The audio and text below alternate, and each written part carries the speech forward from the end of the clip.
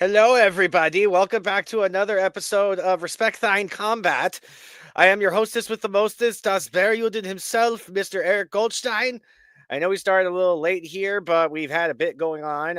Sorry about that. It's honestly my fault. So if you want to blame anybody, blame the Jew. We're getting blamed for everything nowadays anyway. So, speaking of which, we got a lot to go over today, and we got a full house today. So to start off, my brother from another mother, Mr. Don Ace Key. How are you doing today, sir? Well, if my stuff loads, Oh. I was gonna say you got a black screen there currently. You may have to reload your video there real quick. And then also as well, we got Mr. Angry Grandpa himself, Mr. Irving Ortiz. How are you doing today, sir? Who cares? Who cares? What do you mean? Who cares? Wait, whoop, we lost on days. Okay. Why are you so depressed? What's wrong? Ain't nobody depressed. I'm pissed off. Why are you pissed off already? Well, we haven't even started the episode yet. We'll get into it in just a bit. Oh boy. Alrighty. Well, okay. And as for the third week in a row now, we are joined by UWO's Munkey. How are you doing today, sir? I'm pissed off too. Wait, what? You beat Goldberg, bro. Fuck, I fucked up. And they cut his fucking speech. The disrespect. I Jeez. fucked up. What do you mean? How'd you fuck up? I forgot to press record. You had one job. And now see, you just made Don Days leave. Look, we're already live. We're going. We're rolling with it. Whatever. They got to deal with it on Spotify later, apparently. Hey, everybody that just got this on the podcast, then welcome to the show. You missed a good 15 minutes of nothing. All right. So. Now, we are also joined by a very special guest. You have seen him as a broadcaster for Next Level Pro Wrestling, and you've also seen him referee and ring announce for Action Coast Wrestling. And currently, he is in the process of actually training to wrestle. It sounds like this man does just about everything in the industry. Mr. Adam Eaton, how are you doing today, sir? I'm good. I'm excited to be here. A little bit tired. I'm on the West Coast, so it's 7 a.m. over here. Oh, boy. We're here, and I'm always excited to talk about wrestling. Yeah, no, honestly excited to have you on. Really appreciate you taking the time to come on. You're actually our first West Coast guest, so there's a first for this episode. Oh, that's nice. Cool. I'll wear that like a badge of honor and tout. Awesome. I'll tout that. Yeah. Open up the gates to the West. Now, just so you're aware, before we hop in here, like I mentioned to you before, we are unfiltered. We don't got one. The word filtered is not in our vocabulary. But at the same time, if there's anything that you need clarification on, like just feel free to ask. We're not dicks. We'll be more than happy to explain. Unless Munkey asks, then I'll probably be a dick. But that's just our thing, though. So, but with all that being said, ladies and gentlemen, boys and girls, goats of all ages. Oh, wait, hold on. I have to fit this one in because I remember I promised your dad for this one, Munkey. Fuck Topher. I'm fitting that in every episode. Just don't fuck do drugs, kids. Yes, don't do drugs. Stay away from needles. They're very bad. Drugs are bad. Unless it's marijuana. Marijuana is good. But what the fuck is Topher? I'll explain later. Joke. But are you guys ready to hop into these mainstream highlights? Yeah, let's do it. Yeah, let's do it. Now, initially, we were going to start these mainstream highlights talking about the return of the OTC1, which I honestly think is the worst trademark I have ever probably seen. But at the same time, we got what happens when you run out of fucking ideas for a bunch of Tongans and fucking Samoans. I mean, you're not wrong with saying that, but we got some way bigger news on here now. There you are, Donaze. Now we can see you. We have a way bigger announcement that literally got confirmed, I think, like an hour before the episode. And I'm just going to put the graphic on the screen right now. Yeah! Finally. This makes me all types of fucking giddy. It gives me a boner. Like, yes! Holy shit, yes! What's not to love about AJ Styles returning to TNA? Like this, even if it is for one night. I don't care if it's just. For I don't one think night. it's for one, Monkey. Okay, I don't think it's that's for better. That's even fucking better. I hope that this intertwines into his final run because he has a 1-year contract left with WWE. I pray to God, please let AJ Styles have a match at Bound for Glory. Please. I think that he goes into the Hall of Fame this year. You think he's getting the Hall of Fame induction? Yes. It's too early for that. I agree. I think you need to. I think you. Honestly, I've always had this gripe with the Hall of Fame when it comes to WWE because it doesn't make sense in any other fucking sport. I don't know a fucking NFL fucking player that goes into the Hall of Fame and then comes back and wrestles or like plays another fucking game after he's in the Hall of Fame. So the Hall of Fame is already fucking weird for WWE because you got Hall of Famers that end up wrestling again and whatever. I think there should be like a rule or something that you got to be retired for a good 5 years before you're even considered. Oh yeah, 100%. So you think Goldberg already squandered that? Flair squandered that? But No, dude, there's a bunch of violators to that. So you think somebody like Rey Mysterio, even though he deserves the Hall of Fame, should have waited till he was retired? I think the idea of a Hall of Fame, maybe this is the sports guy in me talking, but I think the idea of a Hall of Fame is to honor a retired player, or in this case, wrestler. That honor makes no sense if the retired wrestler is going to come back and wrestle another effing match. So I feel like the Hall of Fame should be like, you are retired and out the game for a good 5 years, Right? And then we give you your gold jacket or whatever the fuck they get. I guess they give them a ring. Yes. But then we give you the honor because it's like that with baseball, football, and every other sport. Like, I don't know any other sport where Hall of Famers come back to play a game. Like, I just don't. So I feel like that should be the same way with the WWE. Granted, I understand I'm talking about sports entertainment, not a fucking sport. So there's that plays into it, but you do have the ability to like make rules in the Hall of Fame. And I think that should be one of them. Like, you can't wrestle another match after that. Here, I'm just gonna play this video because I feel like it's fitting, and this is what Monkey's thinking. They don't know what the fuck they're doing. Do you understand that? Yes, absolutely. Adam, what would you say on this topic? On AJ Styles, I'm excited. I just seen it pop up on a clip from this Chris Van Vliet episode where he was talking about like having one more run in TNA and he would love to do it. And then like that was yesterday. And then I get home last night and I see like they had a teaser on Impact. And I was like, that's what a coincidence that popped up. And then I hopped off here and you guys actually broke the news to me.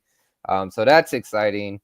I can't wait to see that. TNA is probably my favorite promotion right now.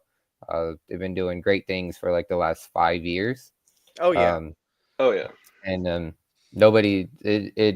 It sucks because they're not getting the traction. Finally, they're getting the traction that they deserve. But for me, the last 5 years, they've been the most consistently good product out there. Right.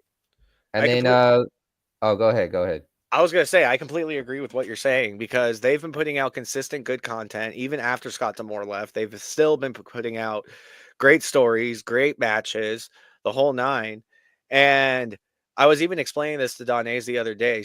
From what I can understand in regards to seating charts, when they're selling tickets for shows, the initial seating chart is, okay, this is what we need to break even. And then once that seating chart expands, that's all straight profit. So what I'm getting at is that they already hit their mark for Slammiversary. They've now expanded the seating chart to a little over 5,000 people. I now think with the announcement of AJ Styles, I wouldn't be surprised if there's at least 7,000, 8,000 people there. Yeah. So you think they're going to higher seating than Evolution? That's big. Fuck you, TK. I said Evolution, not All In. Oh. That's not a fair comparison, Don. It's not. Like, I understand where you're going with that, and I do agree. It probably will be a bigger gate than Evolution, but like, Evolution was a trial run, and it was an all-female lineup. So I mean, that was not a trial run. This was the second time they've done it. Bingo. Yeah. Really? Yes. Yeah, this is the Yes. second they've done Evolution. Yeah. Damn, bro. I guess I missed the first one because this is the first time I'm seeing Evolution. That But one even is a The decade. first one was almost like a decade 7 years ago. Yeah, it was. A Oh, long that time ago. then what the fuck? That's probably why. It was 7 years ago. I probably forgot it existed. But even Sorry, then, guys. Munkey is a grandpa. it's a smaller it in the grand scheme of things, it's a smaller event. It's an all-female lineup. They're riding on, the popularity of their women's division, which no shitting on the women. It's very strong. It's actually I like the women's division better than the men. But to compare it to like another promotions event that they're going to be throwing in all of their heavy hitters, it feels like it's comparing a little league team to a bigger league team. It's just that they're two different leagues. Right. Okay, before we get into this discussion, because I know I put it in there with the Slammiversary preview, because I do want to talk on this one. Let's go into the mainstream. Yeah. So our next topic, all I have to say is, Munkey, how dareth you? How dareth you not acknowledge your tribal chief and not have his theme song on the media? How dare you? Listen, I'm not giving PJ that kind of satisfaction. Really? All because you don't want to satisfy PJ and you just want to piss him off. If I add that song into this streamer, do you know what kind of hell I will receive on Tuesday? It'll never end. I'm not giving. Who's PJ?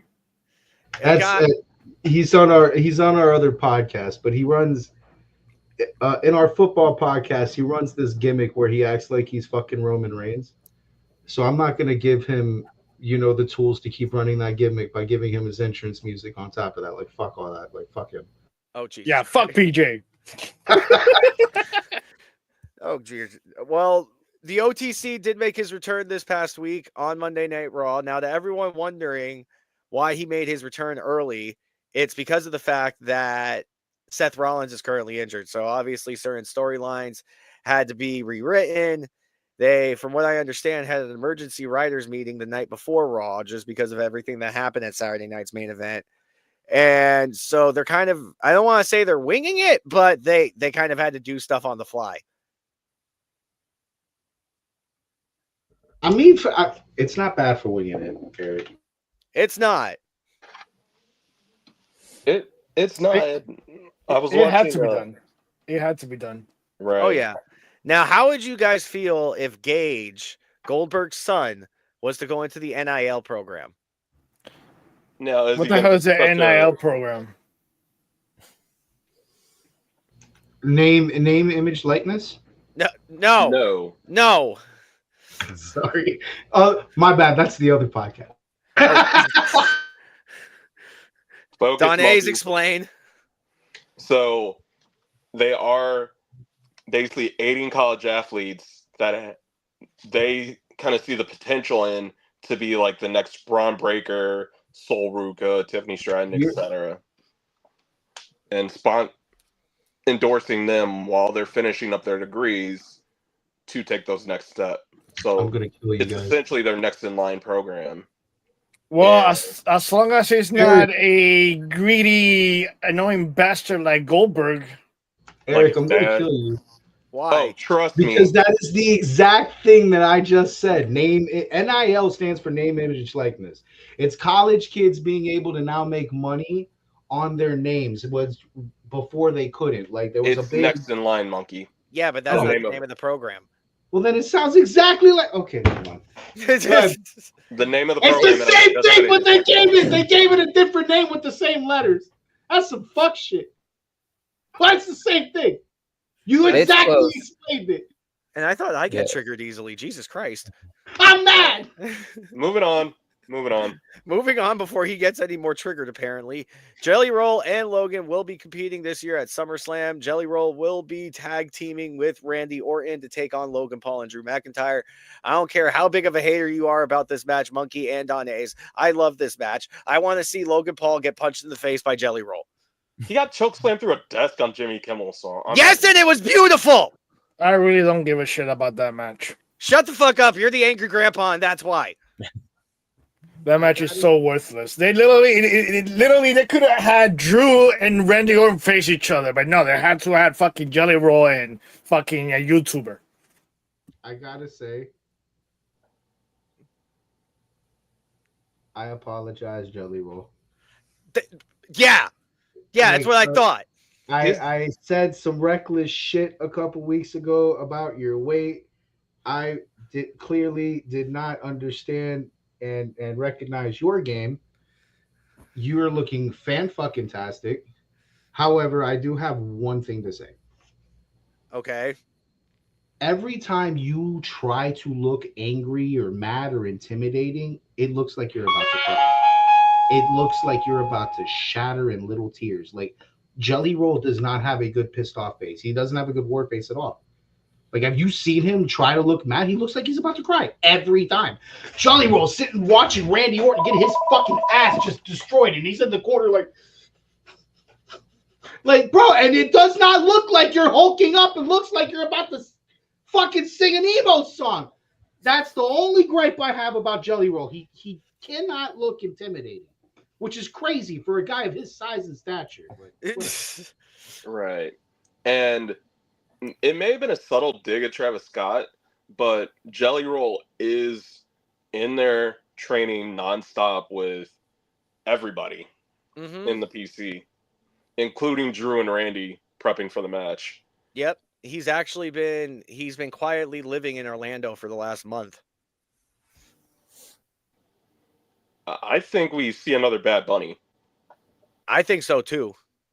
That's what I think we're gonna get from this. Adam, what do you think? I'm not gonna say like I'm excited, but I understand. And I go into celebrity matches with low expectations. But from the business side, like I get why you put someone like Jelly Roll in there. And it's not for us wrestling fans. It's so we get more eyes on the product so that we can get more wrestling fans. And that's how I go into it. And then if it's entertaining, that's all I care about it. Yeah, I don't care if it's a good match. I look back at the Johnny Knoxville Sami Zayn match from WrestleMania a few years ago, and it was highly entertaining. It wasn't like a classic wrestling match, but it was very entertaining on the show. And so that's what I look for from celebrities. Are you going to entertain me? And was in the last 6-7 years, it's been nothing but good celebrity matches. I can't think of a bad one. Like going back to like Stephen Amell, I think that's even further back. But when he was doing his thing with Stardust, and then we have Bad Bunny, and then Johnny Knoxville, and even what Logan Paul's been doing, even though he's now like full time. Like I have to admit, Knoxville was actually kind of a shocker for me. I thought that match was going to be a flop, and it ended up being one of my favorite matches on the card. Yeah, it was great. Like in wrestling, you could do anything, and if they can get us to suspend our disbelief and give us something different, then why not? We had great matches on that card, but I don't remember what else happened at that WrestleMania, but I do remember that match. I mean, if we talk about it, you tell me, like, I was like, oh yeah, okay, I remember that now. But off the top, I don't remember what WrestleMania it was. I just remember it was like 2 or 3 years ago. But with the benefit of the PC now, like these celebrities have a better opportunity to go down and train all the time. So it's not like it was 15, 20 years ago before the PC, where it's just like get in where you fit in. But of course, it's better. Oh yeah, no, it's definitely opened up new doors, and it's made, what is it I'm trying to say here? It's made celebrity matches more enticing because now they have somewhere where they could actually, train, practice, get used to the craft before they just get thrown in the ring. And I feel like that actually gives them an advantage. Now, something I know all of us. 1 second, Eric. And it's funny that, Adam, you brought that specific match up, and you saying that you remember more the celebrity cameo from that WrestleMania, and that was Austin's return match, that WrestleMania. Oh, okay. Yeah. Like I said, I don't remember specifically which WrestleMania or what else happened. But if we're talking about celebrities, that one pops up, and then off the top of my head, I was like, wait, what else happened at the WrestleMania? I don't remember which one it was. As I've gotten older, everything's kind of blurred together, so I don't I don't remember specifically. It just all kind of runs together now. I think when it comes to this subject, like you guys touched on it, like with the PC, I think that's why, like, when it comes to like celebrities like Logan Paul and Bad Bunny, I think that in some respect it's way more respectable because they're sitting there, especially like Logan Paul. Yeah, he's a part timer, but he's put in a lot of work to even to not embarrass himself in the industry on TV. You know what I'm saying? Like Bad Bunny put in a lot of work to do the same thing so that they're given respect not just to themselves but like to the industry that's allowing them to use it as a platform. Back in the day, like we were just throwing Pete Rose in there. We were throwing ICP behind Vampiro because for the fuck of it. And like these guys didn't have any wrestling experience and they weren't in the plants training. I think it says something. These new age celebrities that take the time out of like Logan Paul doesn't need to do this. You know what I'm saying? Like to take the time out of what he's doing to sit there and actually learn to wrestle and give a fuck about it. Same with Bad Bunny and same now with Jelly Roll. I think that says a lot to uh, how they're doing celebrity matches. They're not just bringing in guys anymore. They're bringing in people and making sure they respect the industry before they even step foot in a ring on a TV to represent them.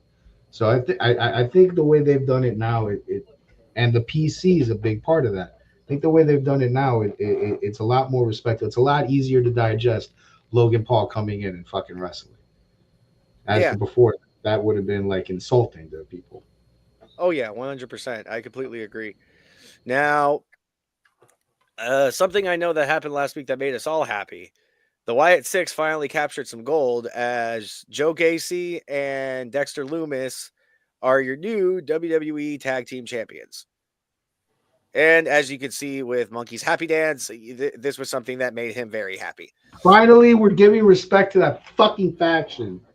Jesus. It only took them a year. Exactly. I would say not only respect to that faction, but also respect to that division, because the tag division finally is getting that levity within it. And you have all these teams trying to figure out how to get to the killers to get to the titles. Right. Yeah, That's the it's been storyline a of the fun entire ride. division now. Yeah, it was weird because right before WrestleMania, that SmackDown Tag Division like took off. It was the highlight of the company, and then they didn't have their match on WrestleMania, and everyone just kind of shit on it after that, right? Like no one really cared.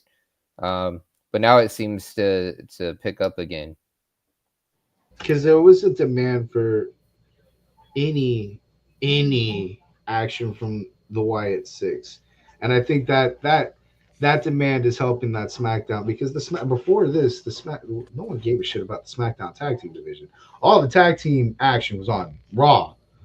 Like SmackDown's tag teams, like we were sitting there watching it live. Why do I care about DIY right now? Why do I care about fucking Street Profits?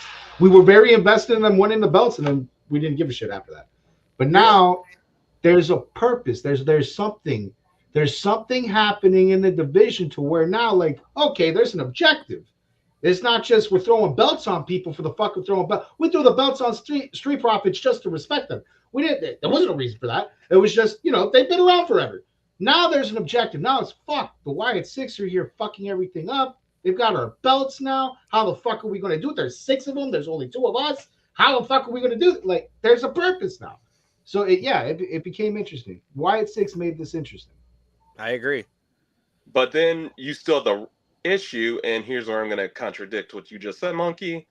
SmackDown's always had the interesting division, just not the characters. The Raw division has not had either. And the titles have been going back and forth. Judgment Day, New Day, Viking Raiders. Judgment Day, New Day, Viking Raiders.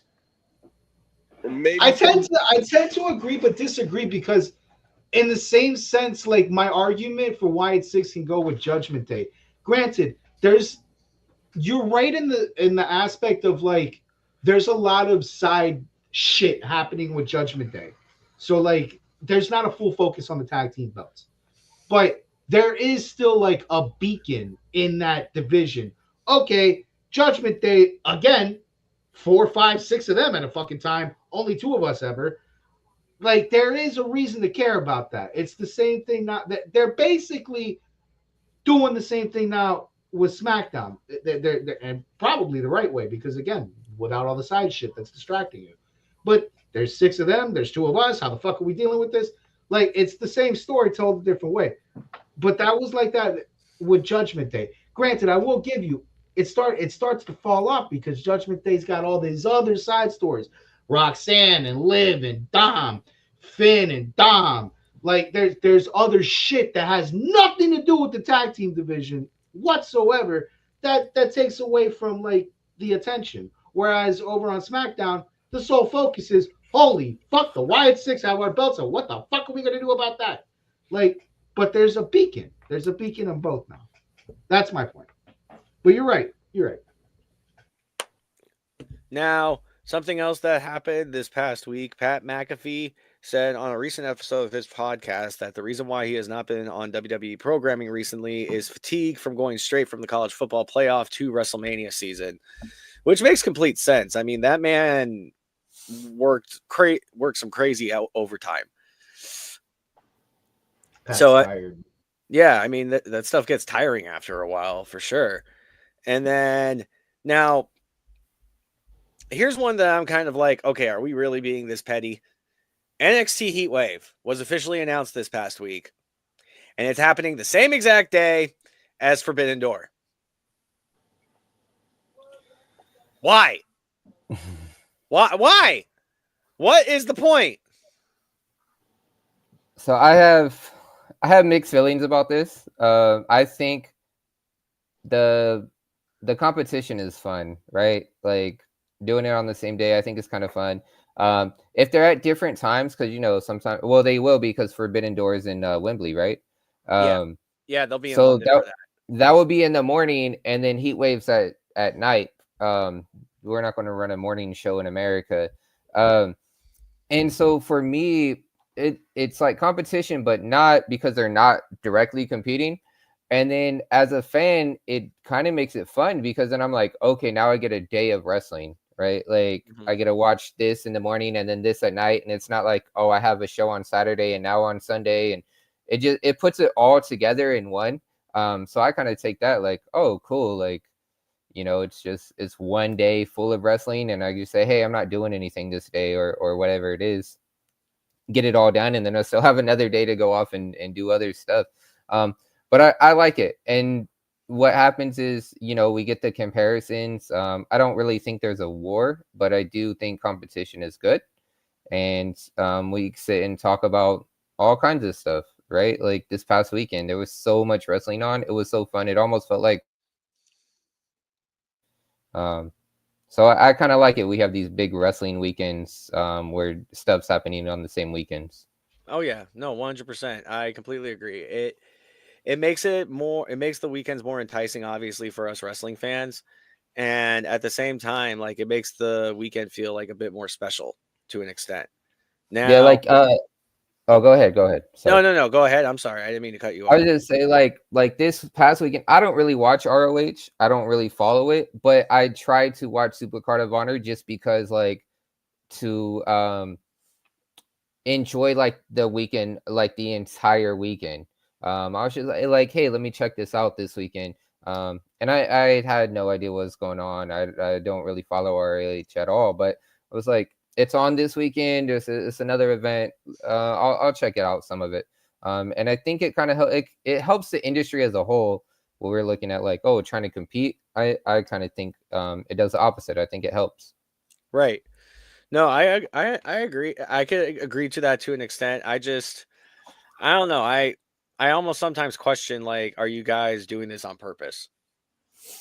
No, 100% they're doing it on purpose. There was a report out this weekend. I mean, I take internet reporting with a grain of salt, right? But the Right. report was that TKO wants to run events on the same weekend as AEW, so they control the narrative online. So basically, like for Bid Door is going to be in the morning, Heat Waves at night. The last thing we're talking about on Saturday night or Sunday, whatever day it is Heat Wave. Like no matter how good Forbidden Door was and how bad Heat Wave is going to be what we're talking about because that's the last thing we see. Right. I get exactly what you mean by that. I do. It's a smart business decision if you think about it. Now, another announcement from this past week that, I mean, I'm not really all that excited. Logan Paul's Impulsive podcast is now a part of the growing lineup of WWE digital shows, but he's still going to get his ass beat by Jelly Roll at SummerSlam. I think it's good for him. It's good for the WWE. Just bring more eyes, bring his fans to the WWE because there's a lot of fans that have not came over. Even though he's been working and having a lot of WWE people. It's all about getting more eyes and more wrestling fans, and the more wrestling fans, the better we all do. Right. This is how it goes. But at the end of the day, I don't really watch any of the WWE podcasts, anyways. So me personally, it doesn't matter. But like, no, it's cool. Like I get it as a business. I understand it, but it does nothing for me. Now, we do also have an update on the Britt Baker situation currently with WWE/AEW. Now, I am not allowed to give full detail. I am not. But what I can say is that there was a doctor in Atlanta last weekend. And I know this because she posted on her Twitter talking about how terrible getting around the Atlanta airport was. So, I know that they're talking. That's all I can say. I know that they are talking and that something may come of this. Something such as her showing up in NXT. Now, I know certain people will be like, oh, well, I don't really see where she would fit in, or like, oh, well, she never really grasped my attention all that much. Let me remind you that this woman was one of the original first people that signed for AEW, former AEW Women's World Champion, is also a full-time dentist with her own practice in Winter Park, where I swear to God, if any of you creeps actually try to show up at her fucking dentist practice one more time, you're going to deal with a crazy Jew, aka me. And then, besides all that, I understand that she's had some situations in AEW, but let's all be real here. Like, we've actually come to realize that over the last couple of years, AEW's backstage work ethic hasn't exactly been the best. Actually hasn't or is? It's not. Because I even have confirmation I've gotten confirmation from people that, running through your matches isn't required, training isn't required, the whole night. So it's like you got all these guys coming onto TV regularly and fucking up, and you're wondering why they're fucking up. Take, for instance, Jade Cargill. That's like the best. This is the best example of that. Look at how bad Jade Cargill was when she entered WWE in ring. Like she was the botch machine. And now, like, look at her today where we're like, damn, Jade's putting on fucking matches. We are going to be talking about her last one. Wow. Yeah. Like, and that's all WWE, like, shaping what was not shaped in AEW. Mm-hmm. So that speaks to how AEW is bringing their talent up versus how WWE does it. Because Jade's a different wrestler now. Oh yeah, 100%. Now, it was also revealed this past week during a post AEW All In Media Scrum that Kevin Von Erich has been hired by AEW and he is an official coach for the company, which may explain why there's been a lot less botches lately. Well, I think that's good. Because if I know correctly, like it feels like AEW lost a lot of their backstage people when Cody left. Like Arn left, DDP left. I think maybe a couple others have gone on the wayside. I think Jerry Lynn is still there, Dean Malenko is still there, but adding a Von Erich is great. It's great for the industry to have a Von Erich back in the industry. 100%, especially with everything that happened with his family. Yeah, it's great. Yeah, And the especially. fact his sons are 2/3 of the ROH Trios champions. And when was the last time they fucking defended them? It's been Dustin and Sammy. They haven't defended them since fucking December. Why the hell do they still have the belts? Yo, and to that Literally, point, like we are going to talk about the other effed up situation. That Oh, I you don't mean know from how they got in. Oh yeah, we'll get into that. What let's were you say gonna say, Adam? to that point, watching Supercard of Honor and seeing Dustin and Sammy that match, and then I think there was like interference at the end or something to beat down, and then the Von Erichs came out and saved him, and I'm like, oh, okay, well they're coming to save him because they're from Texas. Everyone's from Texas. That's the connection. It wasn't until like the other day, like I don't know, sometime this week, that I realized that Dustin and the Von Erichs were trios champions. I was like, oh, that's why they came to save them. But I had no idea, like going into it or even on the show, that they were like trios champions. Well, yeah, it's because like I said, they haven't defended the belts. If you don't defend the belts, how do people know you got the belts? Yeah. Right. There's Why do you think I was there's about to also very little advertising for ROH. Like one of the reasons I don't follow it is like I know it's there, but it's like I don't know it's there. Exactly. Yeah, Now- like you in the soapbox I went on a few weeks ago with Mercedes not defending the CBS title only twice against a contracted AEW talent since Grand Slam Australia.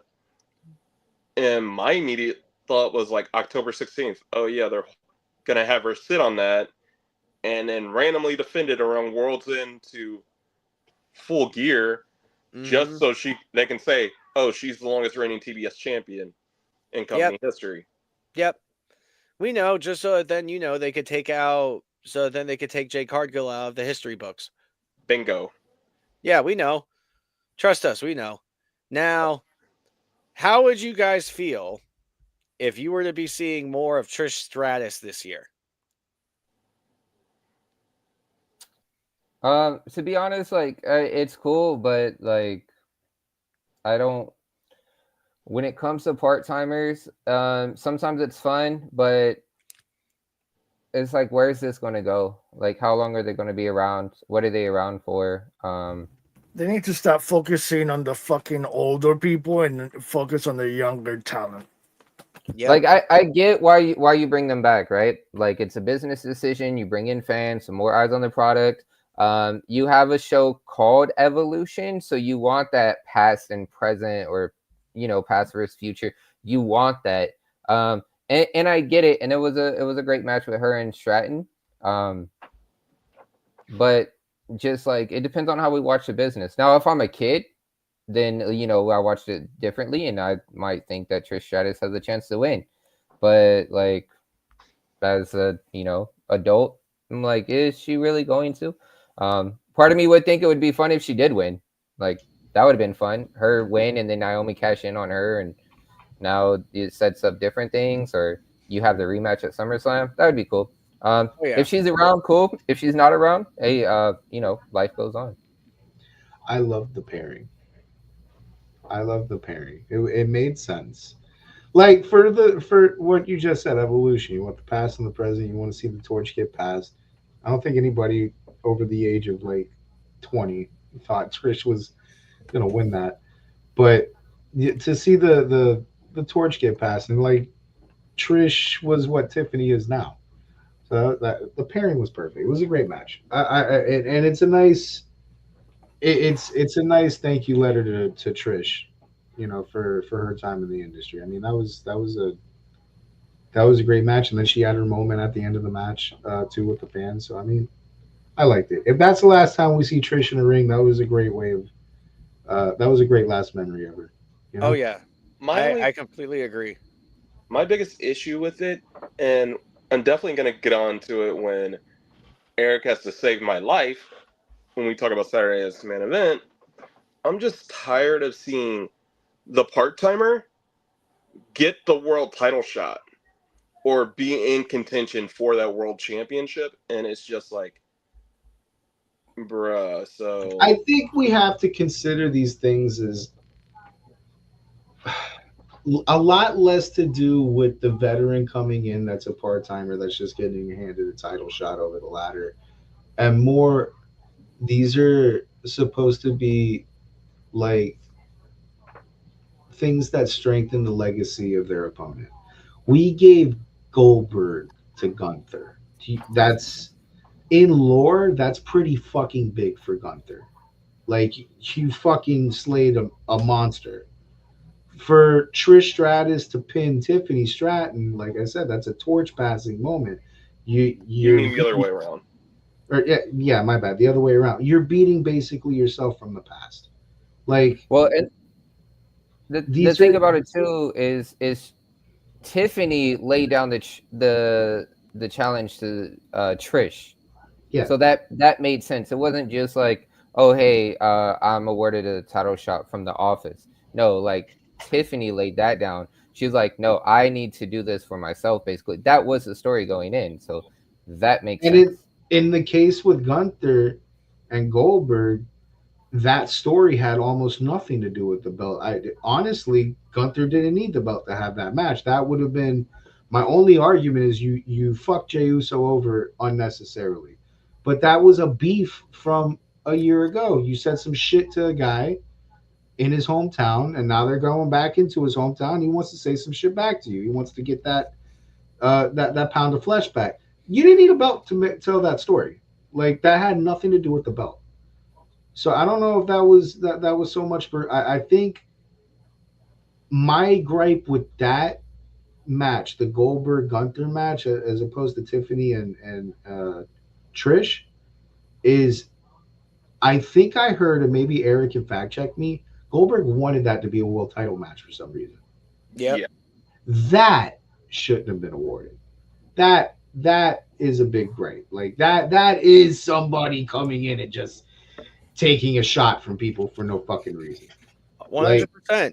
Okay, so I was going to save this for when we get to that match specifically in Saturday Night's Main Event, but I guess we can touch on these stats that I looked up now, and this is going to amaze you. Over under 15 matches, how many has Goldberg had since 2016? I'm going to poll the room. How many do you think he's at? I'm gonna guess 2. I'm gonna guess 2. I feel like that's 2. Since 2016. Wait, since 2016. Wait, no. Because he had a run. When was Eric, his beef? well, he's thinking, what do you think? When was his beef with Lesnar? That was 16. So everything after Lesnar? Everything after Lesnar to Gunther. 6. Maybe. Which Yeah. is why the fuck do you deserve a fucking world title shot? It gets worse. I don't want to talk about it anymore. We're moving He's on at because third. this shit. So We're moving total, on. So total, he's at 13 I matches. said okay. That's it. That's it. That's it. Third, You're muted. We're moving on. It's had 13 matches. We're moving on because I don't want to talk about Oldberg anymore. Now, unfortunately, we're gonna have to once we get to Saturday Night's Main Event. So you want I muted you. It's my damn.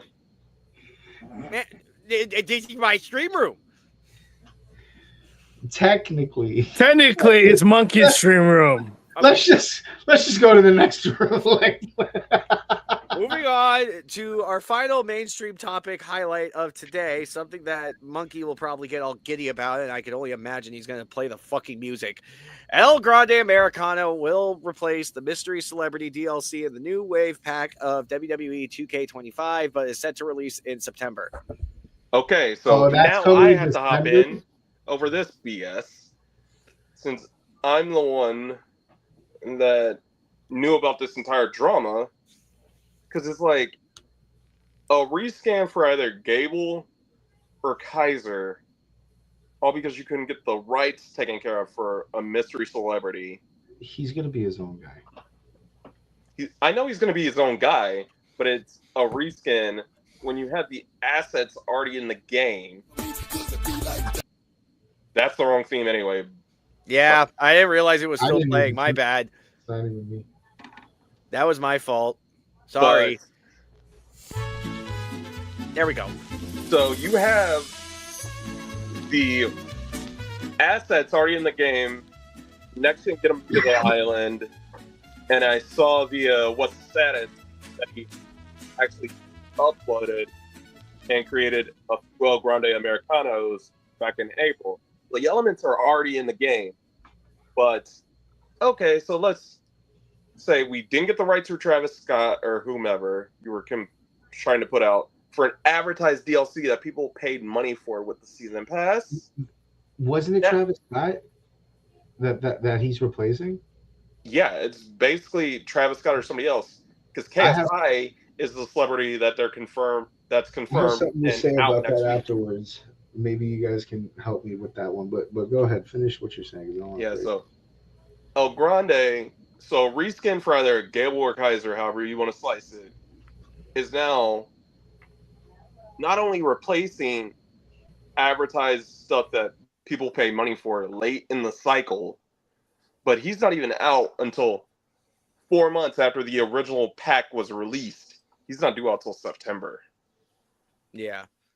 Well within the late game cycle of it, because 6 months into the gaming calendar for 2K, nobody's gonna care. Nope. So it's like, what the heck? Yeah. But that does wrap up our mainstream highlights for today. If you haven't already, make sure you're following us on all social media platforms. If you're on Instagram, Threads, TikTok, or YouTube at Respect the Combat. If you're on Facebook at RTC Pod. If you're on X at RTC Podcast 1. Subscribe to our website, respectthecombat.com. Now, to go over all of the shenanigans that went down last weekend, we will be starting off with Supercard of Honor, which, oh, Jesus Christ. What's going on with the women's division right now? Okay, so we got the women's world champion now who's vying for the AEW Women's World Championship. And then for the television title, the main champion is injured, and now the interim champion, Mina Shirakawa, is injured, so you have no champion still. And then on top of all of this, like 2 months ago, you announced the ROH Pure Women's Championship, and we've heard nothing about it since. Yep, that sums it all up. Like, what the fuck's going on here? I don't pay too much attention to ROH, so I have no idea. Trust me, you're not missing anything. I don't feel like paying another $10 subscription just to be bored out of my mind. I'm already paying $10 a month to Max for this shit. For AEW, not ROH. Yeah, thank God. Now, the rest of the card was actually pretty decent. Dustin Rhodes still has all of his tag team titles in Ring of Honor. And as stated, the future of the Ring of Honor Women's World title is up in the air currently. Now, we did also see NXT Great American Bash last weekend, which actually was a pretty good card, not going to lie. To run down the card for y'all real quick, we saw Javon Evans take out Jasper Troy. Sol Ruka defeated Izzy Dame to retain the NXT Women's North American title. Ethan Page defeated Ricky Saints in a false count anywhere match, which now begs the question, what's next for Ricky Saints?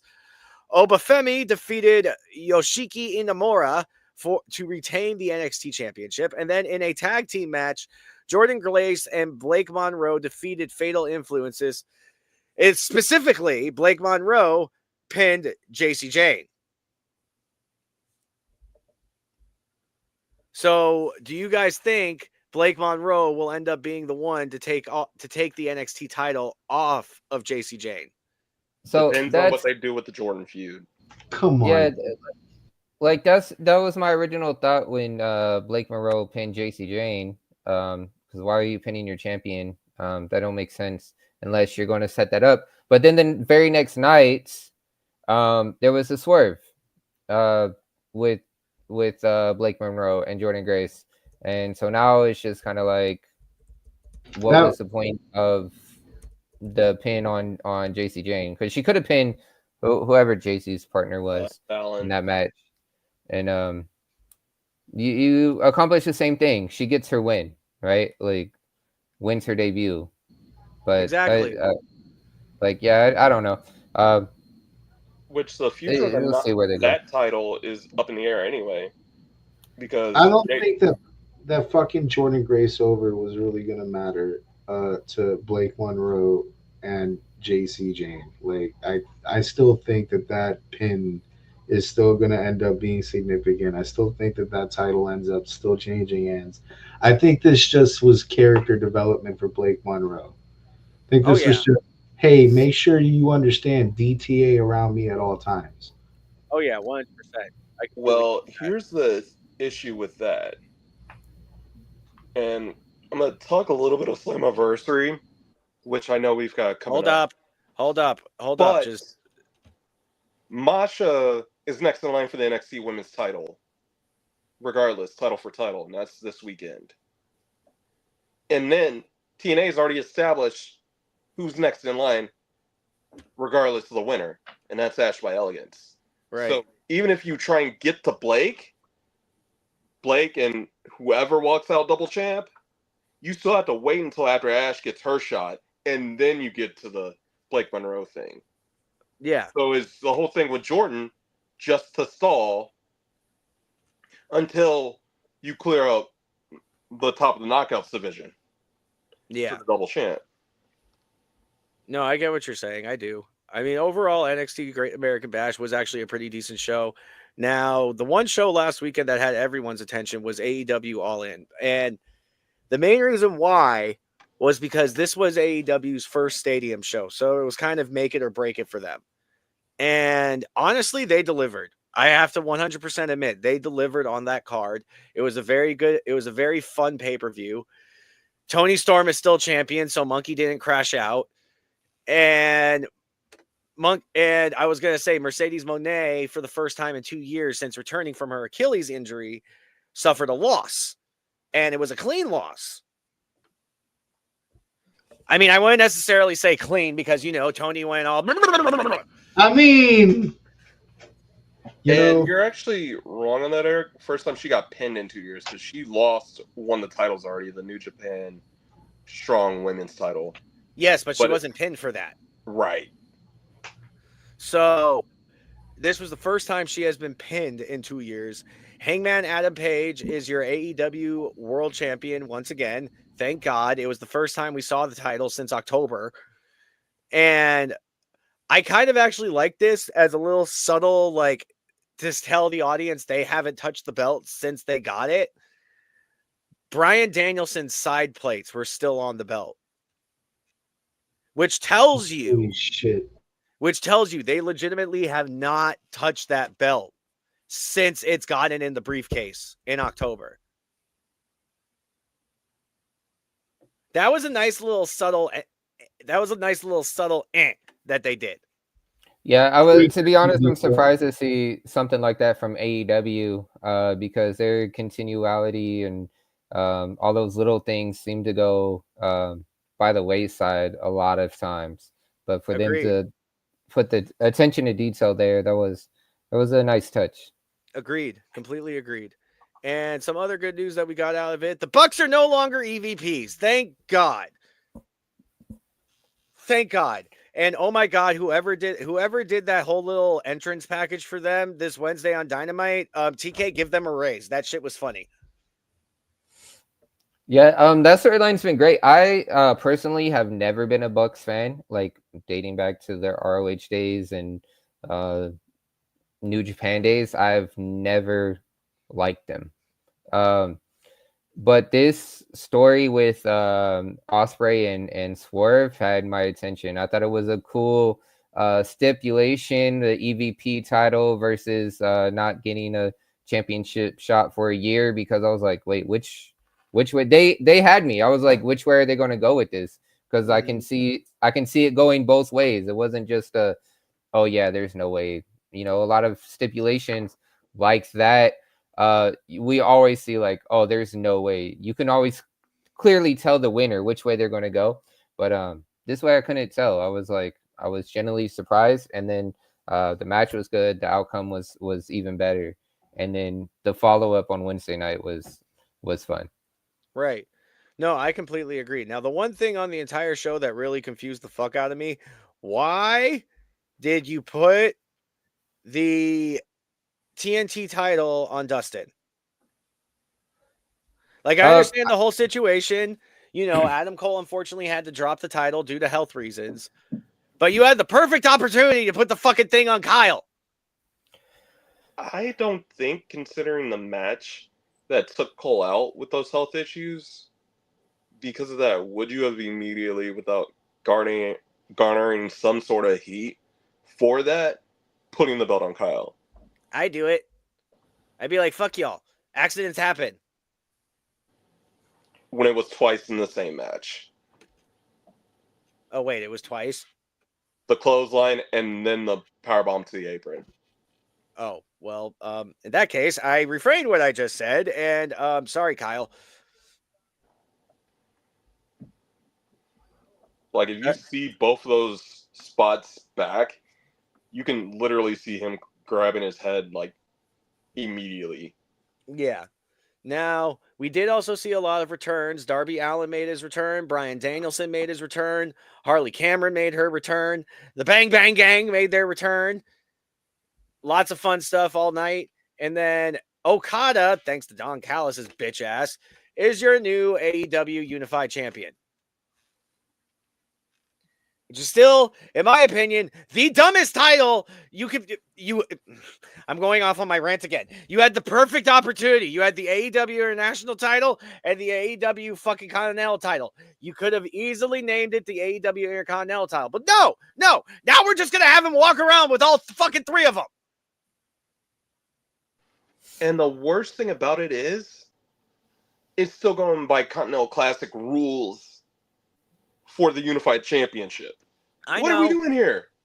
I have no idea what the fuck's... That's the one thing I have no idea what the fuck is going on. Overall, it was a very fun show. Now, Saturday night's main event. Well, there were some unfortunate things that happened. Seth Rollins suffered another knee injury, and with no official word on what is going to happen until the swelling dies down for his knee, there is no word on the Money in the Bank contract, but keep in mind that contract doesn't have to be cashed in until next June. Which is enough time to heal what I he would can what literally I'm hoping he is- can literally make his return during a world title match and be like, hey, nice to be back. Here you go. Yeah, which means they might not have to write the Monday Night Raw after seeing how the storyline went is kind of comforting if you're a Seth Rollins fan, because it doesn't seem like they're going to have to, change a drastic amount. It seems like what Keebler was telling us on UWO was a lot more of a firestorm than what currently is.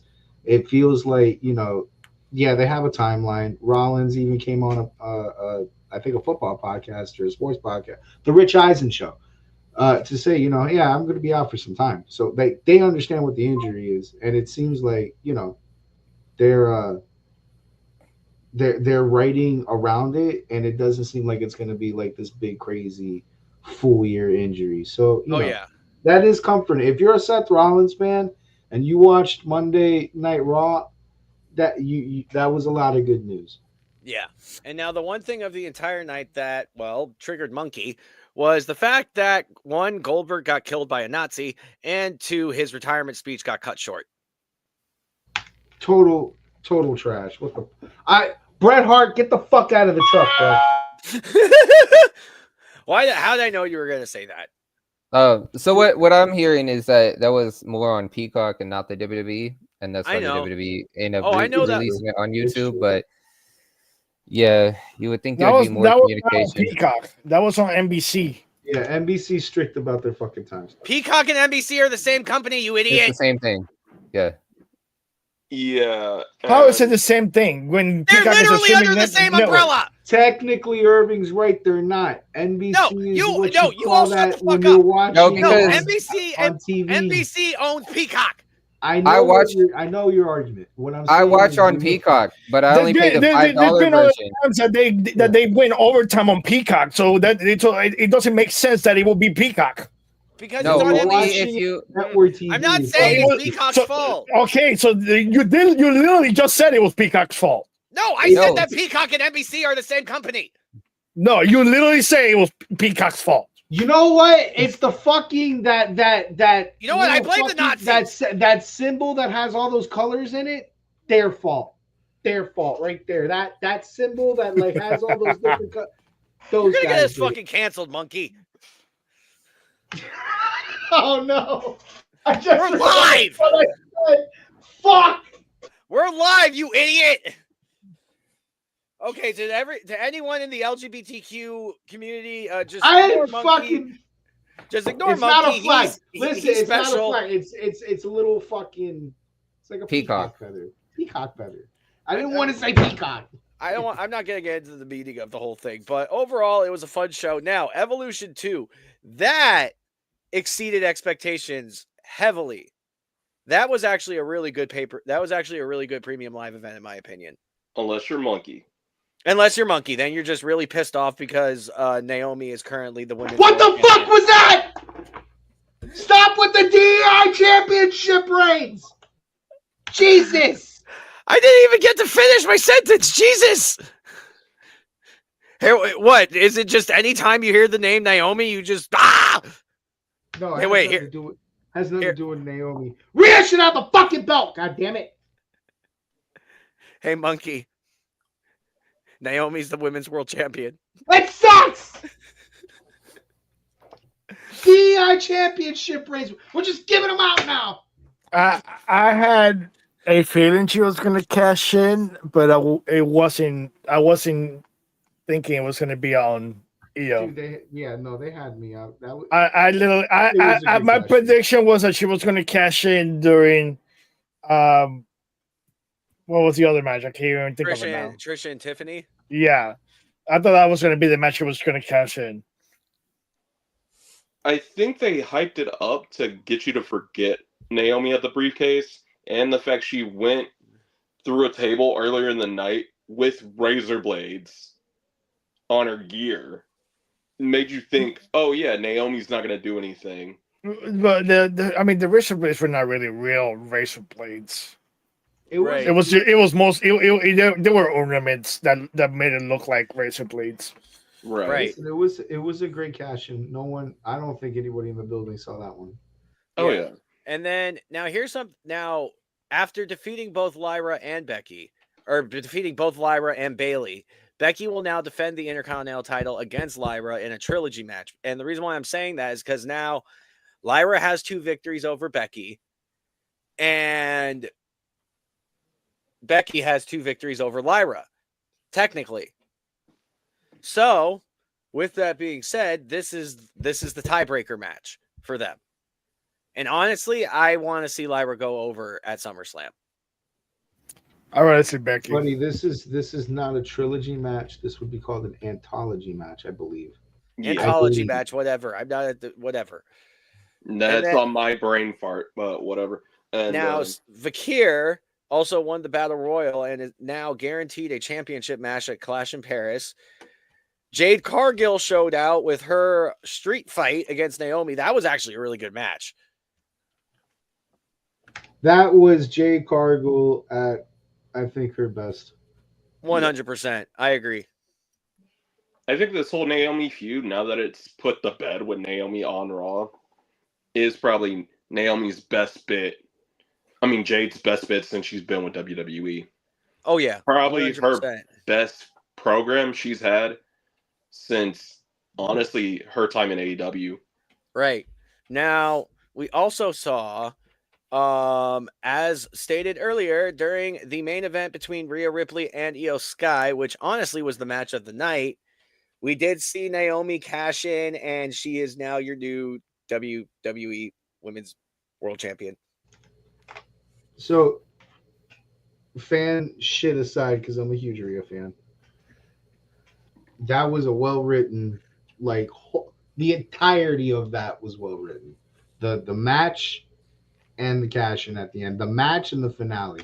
The reason I say the finale is like it's so good for Naomi's character that what she is right now. You had this beautiful 5-star world fucking ending match between Io and Rhea. And the whole focus of this is like Rhea needs to beat Io. And they're going out the ring. They're doing all this other fucking crazy shit. Io jumps off of like 18 fucking boxes. Like, you're so invested. To have that match ruined, absolutely fucking ruined by Naomi does so much for the Naomi character that she is right now. Oh, yeah. And she That is now like a textbook Naomi cash in. and now she has to defend the belt against both of them at SummerSlam. Which Yeah, I think that's going to be a great match. Okay, It who is. between Io and Naomi takes the fall then? Because we know it's not going to be Rhea. I think it might be Io Damn. Okay, and still. because I see Naomi. that streak, dude. Oh, 'Cause no, I I see could see Naomi- I see Rhea winning. Like Naomi could drop the title. Like Mhm. like Rhea could pin Naomi. Yeah. Now, overall, like I said, it was a very good pay per view. I hope they end up starting to do it annually. I really do because I think that would be a good annual event for the women. Now, Yeah, but I do kind of agree with what Triple H said at the press conference after it.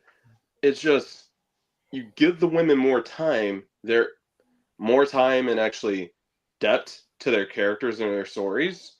There wouldn't be a need for an evolution too. But at the end of the day, that's on the bookers, investors, and I agree Sure. with that, but not. I'm so conflicted because I do agree with that. If you're writing correctly, you don't need a separate event for the women's division because the stories are just as enticing. However, right. when you're in the era that they're in now, where they've reshapen women's wrestling and they've revolutionized it, an event like this seals that sort of legacy. We're in the era where we're pushing women's wrestling better than it's ever been pushed ever in the history of wrestling. Oh yeah. An event like this kind of solidifies that purpose. It's really what's the mission statement? Do we want Right. to make women's wrestling like everything else? Or do we want to put it on a pedestal because we basically locked it in a cellar its whole existence? Mhm. Right. Now, And then also to get 7,000 to 8,000 people going head to head with a Beyonce concert across the street, wild. oh yeah, 100%. Now, an event that is quickly building a lot of hype and is looking like it's going to be a very big show. It's already now TNA's biggest ticket sale in over 10 years. And this may end up becoming the biggest TNA event of all time. And of course, I am talking about TNA Slammiversary. Now, I did get a ticket update here. Don A's. They might actually hit that mark that I predicted. They're currently sitting at 5,493 tickets sold. So you're saying another 1,000 in a day. They did 1,070 tickets in 2 days. Yeah, and they got till Sunday. Yep, they're hitting $7,000. They're gonna hit 7,000 people at least. Which I know UBS Arena is a 16,000 seat arena, but for a company like TNA to do that, where they've mostly been in, smaller venues for the last like decade or two, that's a huge accomplishment. To confirm, Yeah, I went to Bound for Glory and Turning Point in 2021, and they were giving tickets to Impact. Like, because I went to a autograph signing, and they gave me tickets to go to Impact after Bound for Glory.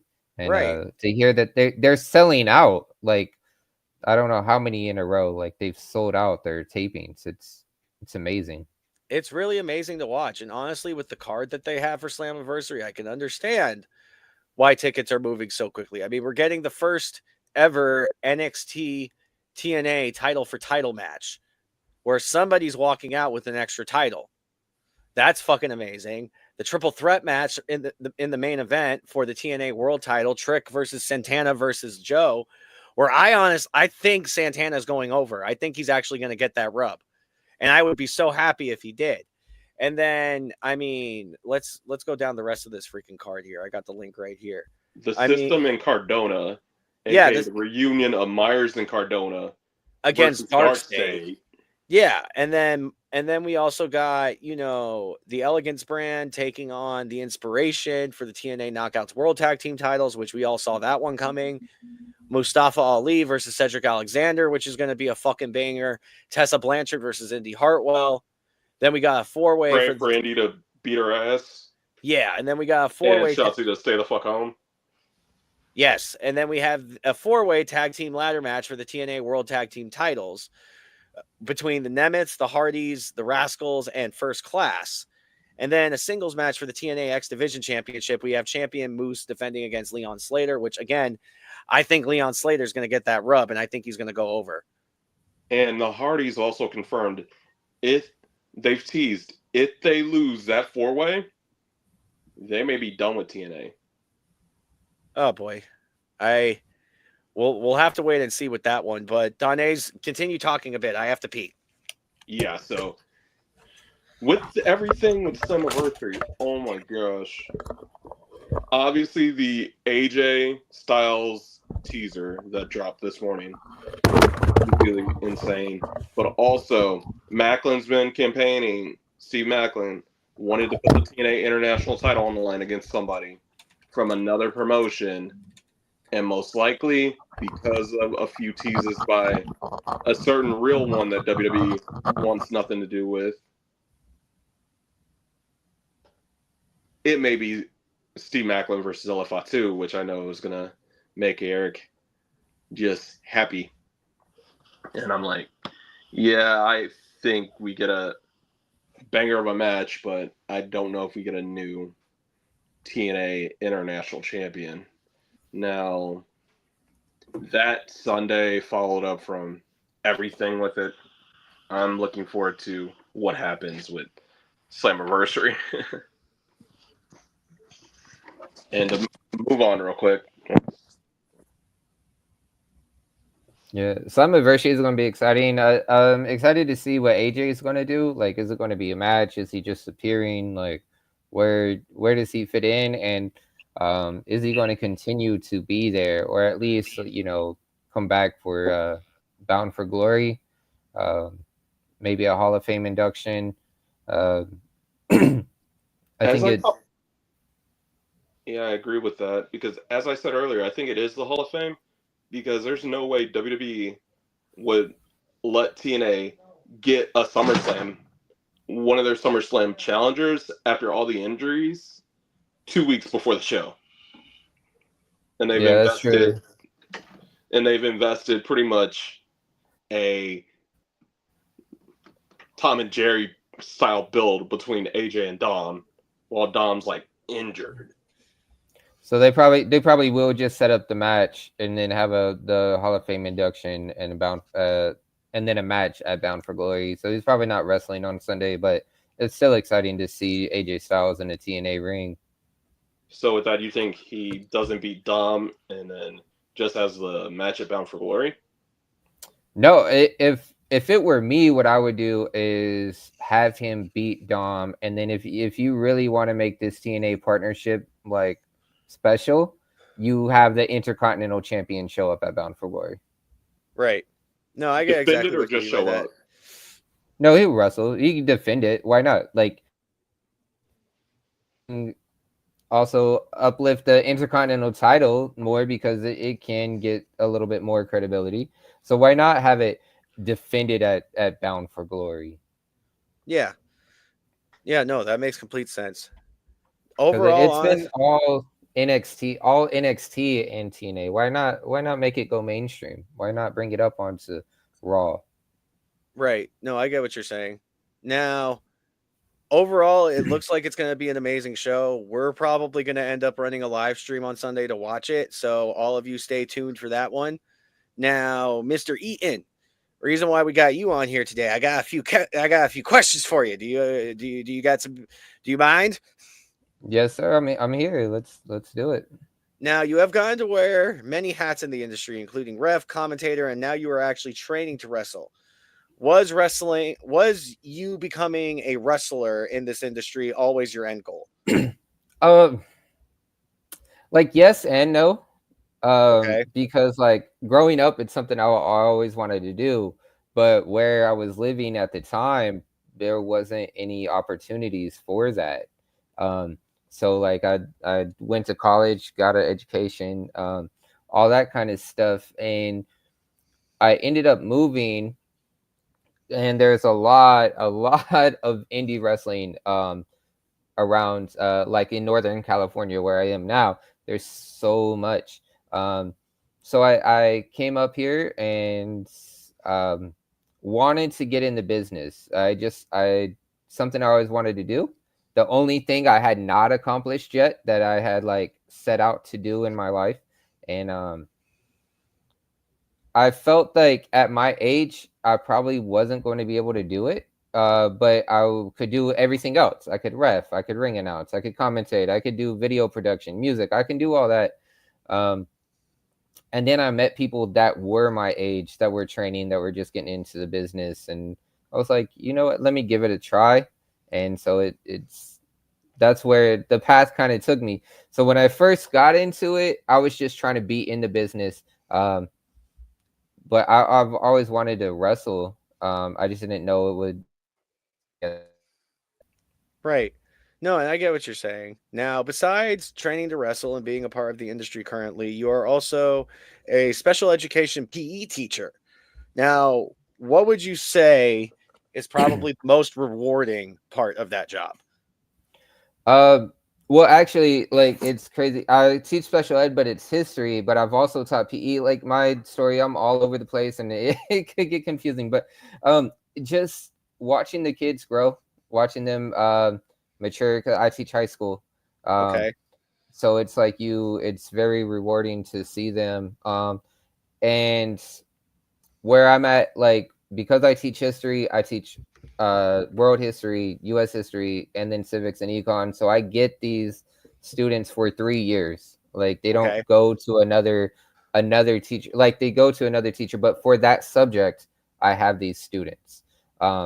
So just being able to see them in my classroom year after year and growing and maturing, and then watching them graduate and go on, that's rewarding. And to be a part of that, it's fun. I just had a student this past year tell me that I'm the reason they graduated. Oh, that's awesome. And it's crazy because like at the end of the day, like this is my job, so I'm just doing like what I'm supposed to. Right. You know what I mean? But it still means so much, right? And so it's good to hear that. And sometimes I don't know how to react to it. Just because I'm just doing my job. Like it's what I do. Yeah, no, of course. I mean, honestly, it's always nice to get that acknowledgement, though. Yeah, no, for sure, because it's very thankless at times, and you get on the internet and you hear all these people like talk all this trash about teachers and education and all that, and Yeah. so it's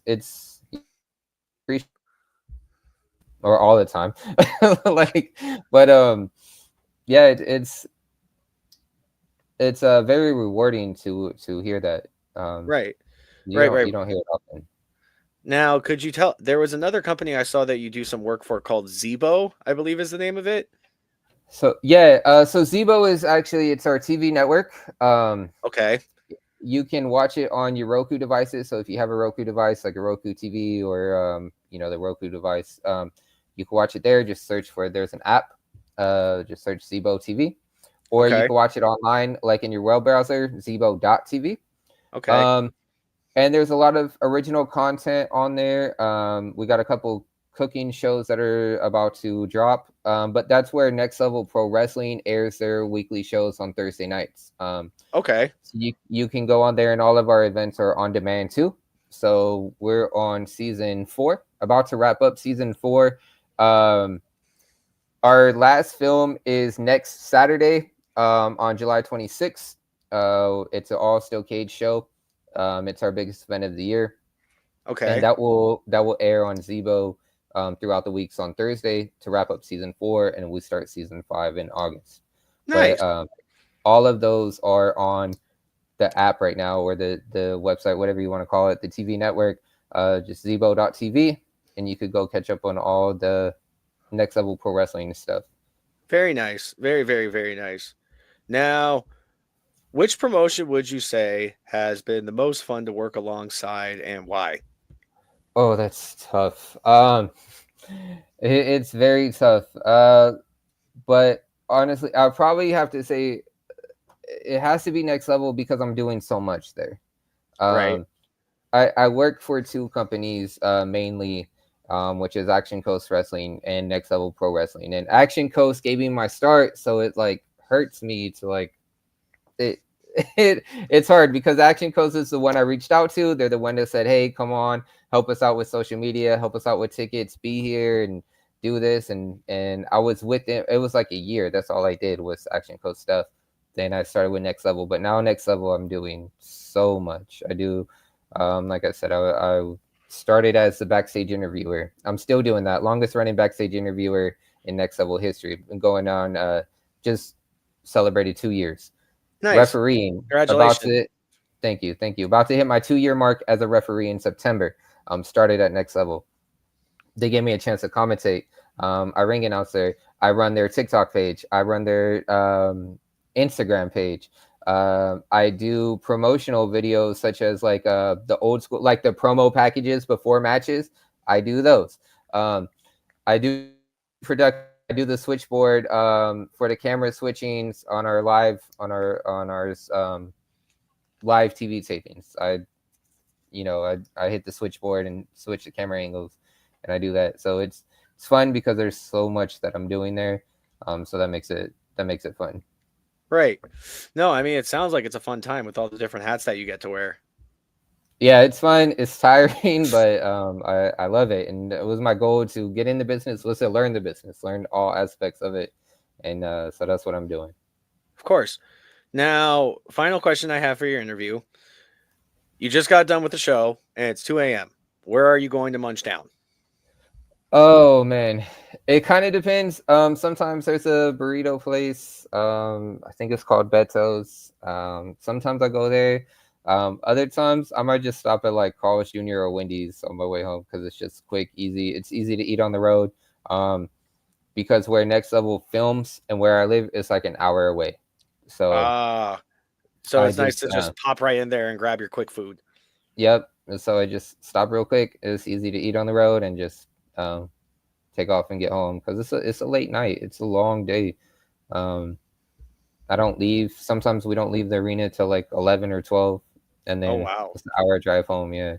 That sucks. So, yeah. Now, we really do appreciate you obviously taking the time to hop on the episode. We got a little more to discuss. Feel free to stay on if you'd like. We know it's a little bit of a time difference, so you're a little bit earlier on than we are.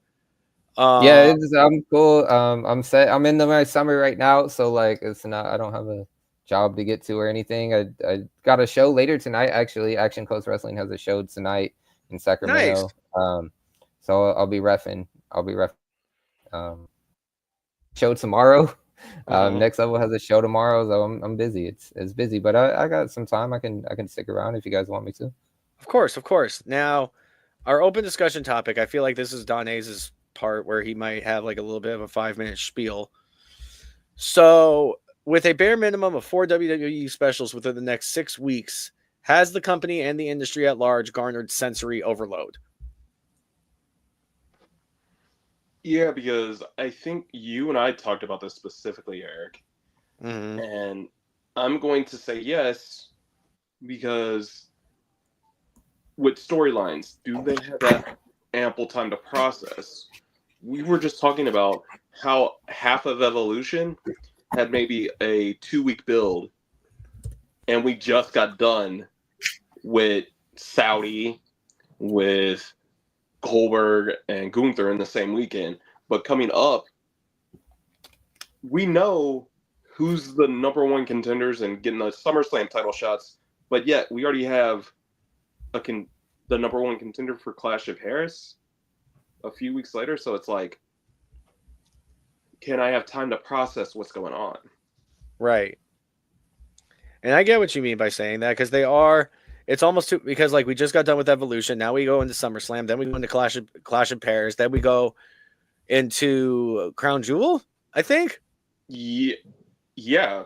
And then I believe that's the one in Australia, which is why I thought Rhea was going to take it with how they promoted the match. Mm-hmm. I'm glad they did the swerve with the cash in. Sorry, Munkey.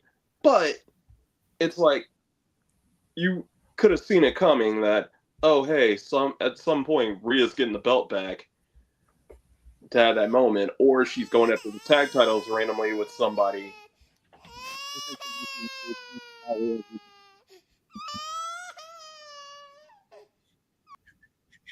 Okay, that's his response. If Rhea wins Australia instead of being champion going in, she wins there. So that might be what they're holding off for. That's what I was about to say. That I think the payoff is going to be in her hometown. Mm-hmm. Hey, wait! I was the one that told you that, you bitch. I'm agreeing. Oh, well, thank you. I still wonder why you employ me, but anyway, overall, I mean, well, only time will tell. I mean, honestly, they kind of need to put some little more breaks in between the events just so we could have like time to process what happened. Like Danae said, I think honestly, it's at a suffering. It's at a disadvantage to the writing room. You're putting way too much on those guys, and they have to like make coherent storylines with all of these different events, and then you have to have the payoffs happen at these events. Like, it's frustrating because I feel the oversaturation coming. A couple of things with it. I kind of like that we have contenders lined up. Like, it's like, okay, we know SummerSlam and we know what happens after. So like it's kind of cool to know that and have that lined up. So it's not just like random contenders like, oh, this match doesn't mean anything. It's just a random person getting a title shot or whatever. Because I hate those. But when looking at the content that's being put out nowadays, when I was a kid, like junior high, high school, I wanted nothing more than wrestling to be on every single night. Like, I wish that wrestling was on Monday through Friday. And I wanted nothing more. And now that I'm adult and it is on Monday through Friday, I can't keep up. And then same with the the PLEs. I get it, but then I try to think of like, well, if I was a kid, would I enjoy this? Like, this is what I wanted when I was a kid. So does that help them? You know, like, it's for them. It's not necessarily for me. And so that's kind of where I look at it. Like, I kind of get it. I get both ends. It's content overload, and it's hard to keep up as an adult with the family, with the career, with, you know, training myself, all that kind of stuff. But if I was a kid with no responsibilities and I loved this, I would enjoy it. I would like it. I wanted nothing more when I was a kid, especially having all the easy access to it. Like, I don't have to order it on pay-per-view. Like, so this is a dream come true for me.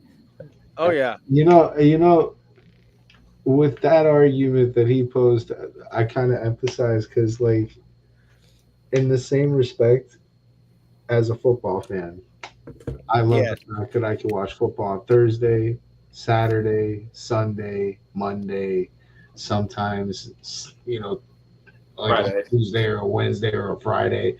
Like, there's a lot of football in a week, and I love that. So yeah, I can see where that. Honestly, I think my I guess suggestion would be to have like these.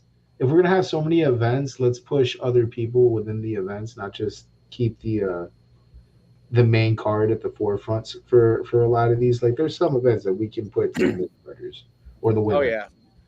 And it helps too because we're saying we need time to build those stories. But if we already know that Vankir is the #1 contender for Clash of Champion or whatever it is, we already know that she's the #1 contender. Well, that storyline's already built, and then we just got to get to, well, who is she facing? So now it's not a thrown together 2-week storyline. Like it's already there. It's already Exactly.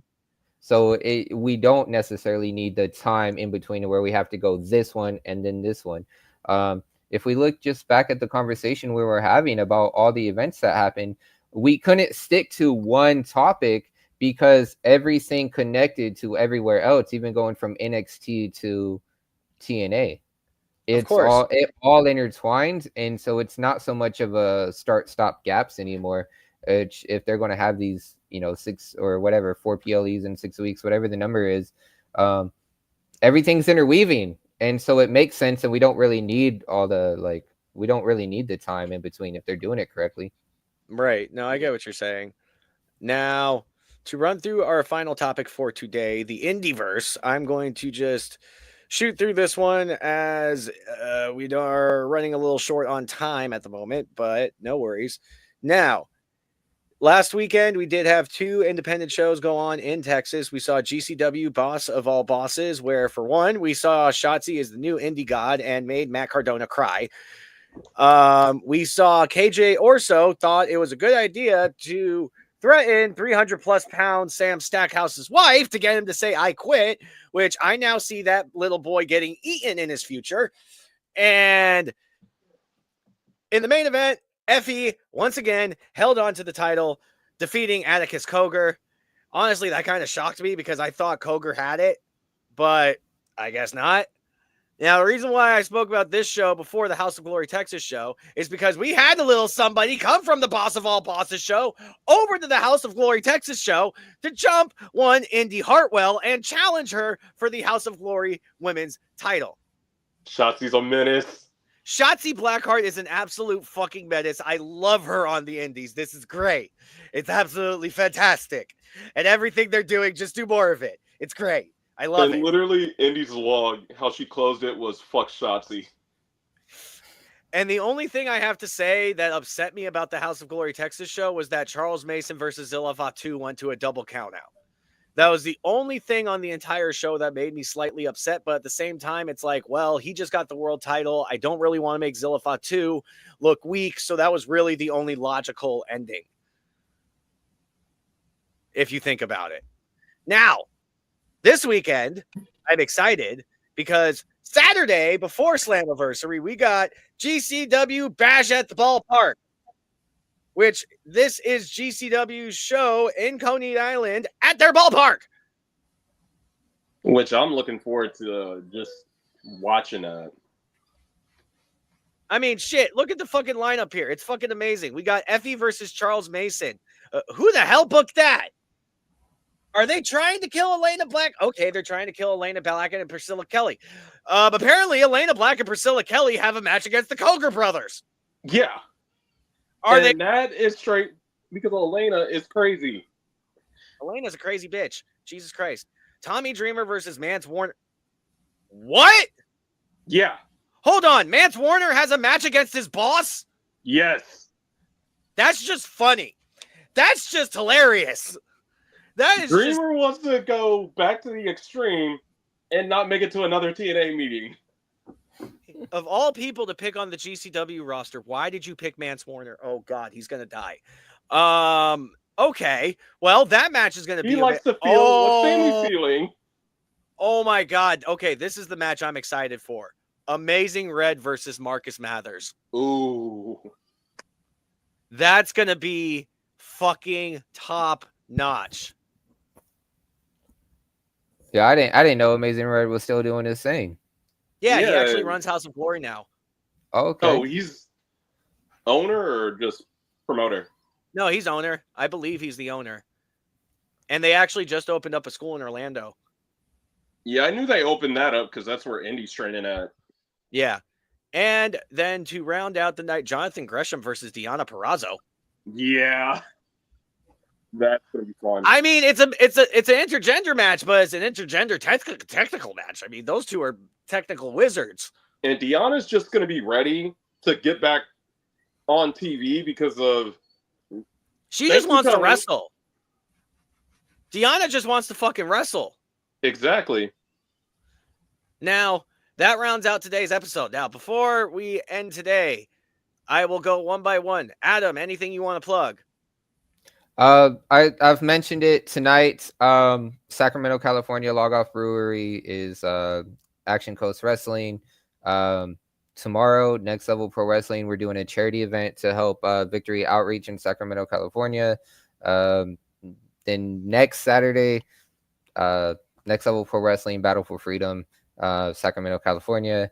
So those are big events coming up. You can follow us all on social media. Next Level Pro Wrestling, Action Coast Wrestling. We're on all of them. You can find them there. You can follow me.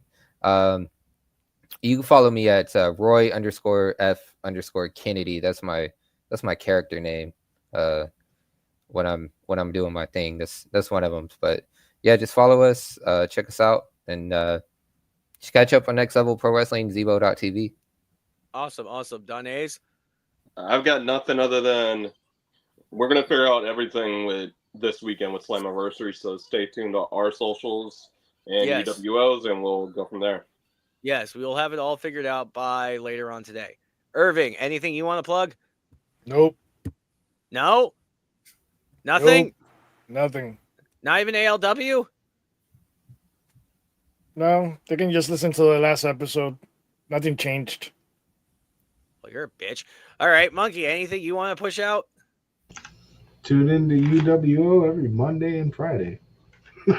That's it. Well, obviously, guys, I mean, if you missed our social handles from earlier, I'm exhausted right now. I've been up since 3 a.m., so go back to earlier in the episode and you'll get them. We got more coming up next week, and like we said, we probably will be running a Slammiversary live stream on Sunday. Now, before we go, I just have to do one more thing, and it's, to get everyone to have a good laugh. Hey, Munkey. Naomi's the women's world champion. DEI championship. He's tired. Let him be. DEI fucking championship, bro. All right, y'all. Bullshit reigns. Give Rhea back her belt. All right, y'all. Well, we will see you all next week. Or we will see you all Sunday, most likely. Yeah. Or tonight.